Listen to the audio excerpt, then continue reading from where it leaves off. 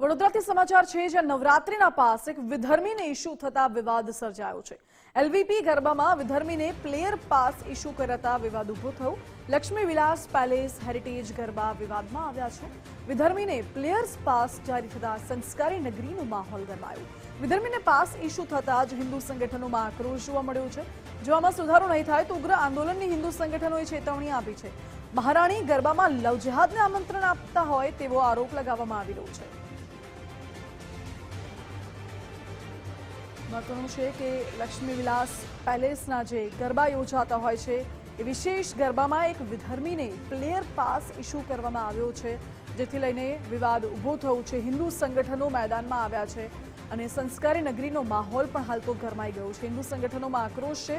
હિન્દુ સંગઠનોનું કહેવું છે કે મહારાણી રાધિકા રાજે આ ગરબામાં લવ જેહાદને આમંત્રણ આપતા હોય તેવો આરોપ લગાવ્યો છે। જોકે વધુ માહિતી આપી રહ્યા છે સંવાદદાતા અલ્પેશ સુથાર। જી અલ્પેશ। બિલકુલ વાત કરવામાં આવે તો જે રીતે લક્ષ્મી વિલાસ પેલેસના ગરબા છે તે ફરી એક વખત વિવાદમાં આવ્યા છે। આ અગાઉ પણ આપણે જોયું હતું કે જે રીતે અમુક જે ધાર્મિક જે ગુરુઓ છે અથવા તો જે ધાર્મિક સંગઠનો છે તેમના દ્વારા વિધર્મીને પાસ ન આપવા માટે અથવા તો જે પણ કોઈ કોન્ટ્રાક્ટ હોય તે ન આપવા માટે વિનંતી કરવામાં આવી હતી। તેમ છતાં પણ એલવીપી દ્વારા જે વિધર્મી લોકો છે તેમને ક્યાંક ને ક્યાંક પાસ આપવામાં આવે છે અને તેને જ લઈને હવે વિવાદનો મતબૂડો છેડાયો હોય તેવા દ્રશ્યો છે તે જોવા મળ્યા છે। સોશિયલ મીડિયાની અંદર વિધર્મી યુવકનો જે પ્લેયર પાસ છે તે વાયરલ થયો છે અને તેને જ લઈને હિન્દુ સંગઠનો દ્વારા પણ ચેતવણી આપવામાં આવી છે કે જો તાત્કાલિક સુધારો નહીં થાય તો આ જે વિવાદને લઈને ઉગ્ર આંદોલન પણ છેડાઈ શકે છે। આ અગાઉ પણ જે એલવીપીના જે હેરિટેજ ગરબા છે તે વિવાદમાં આવી ચૂક્યા છે।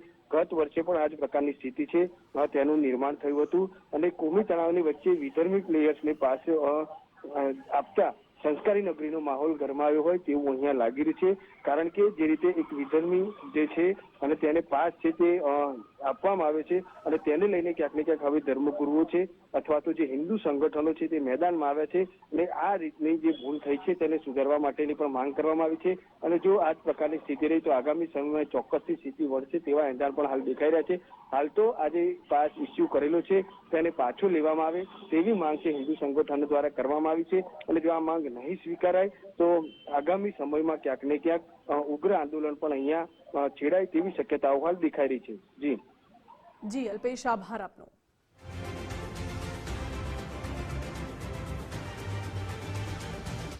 શહેરની અંદર મહારાજા પરિવાર તરફથી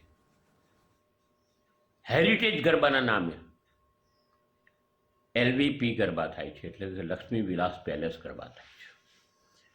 સર સયાજીરાવ ગાયકવાડ સંસ્કૃતિનો વારસો ધરાવતું આ વડોદરા શહેરની અંદર ક્યાંક આજના રાજવી પરિવારના લોકો ક્યાંક ને ક્યાંક પૈસાની પાછળ ઘેલા બન્યા હોય એવું લાગે છે। એટલી હદ સુધી કે એમને જ્યારે પ્રેસમાં પણ પૂછવામાં આવ્યું હતું ત્યારે નો કોમેન્ટ્સ કહીને વાત ઉડાવી દીધી હતી અને હવે પ્રત્યક્ષ દાખલો છે કે એક પરધર્મીને પાસ આપવામાં આવ્યો છે।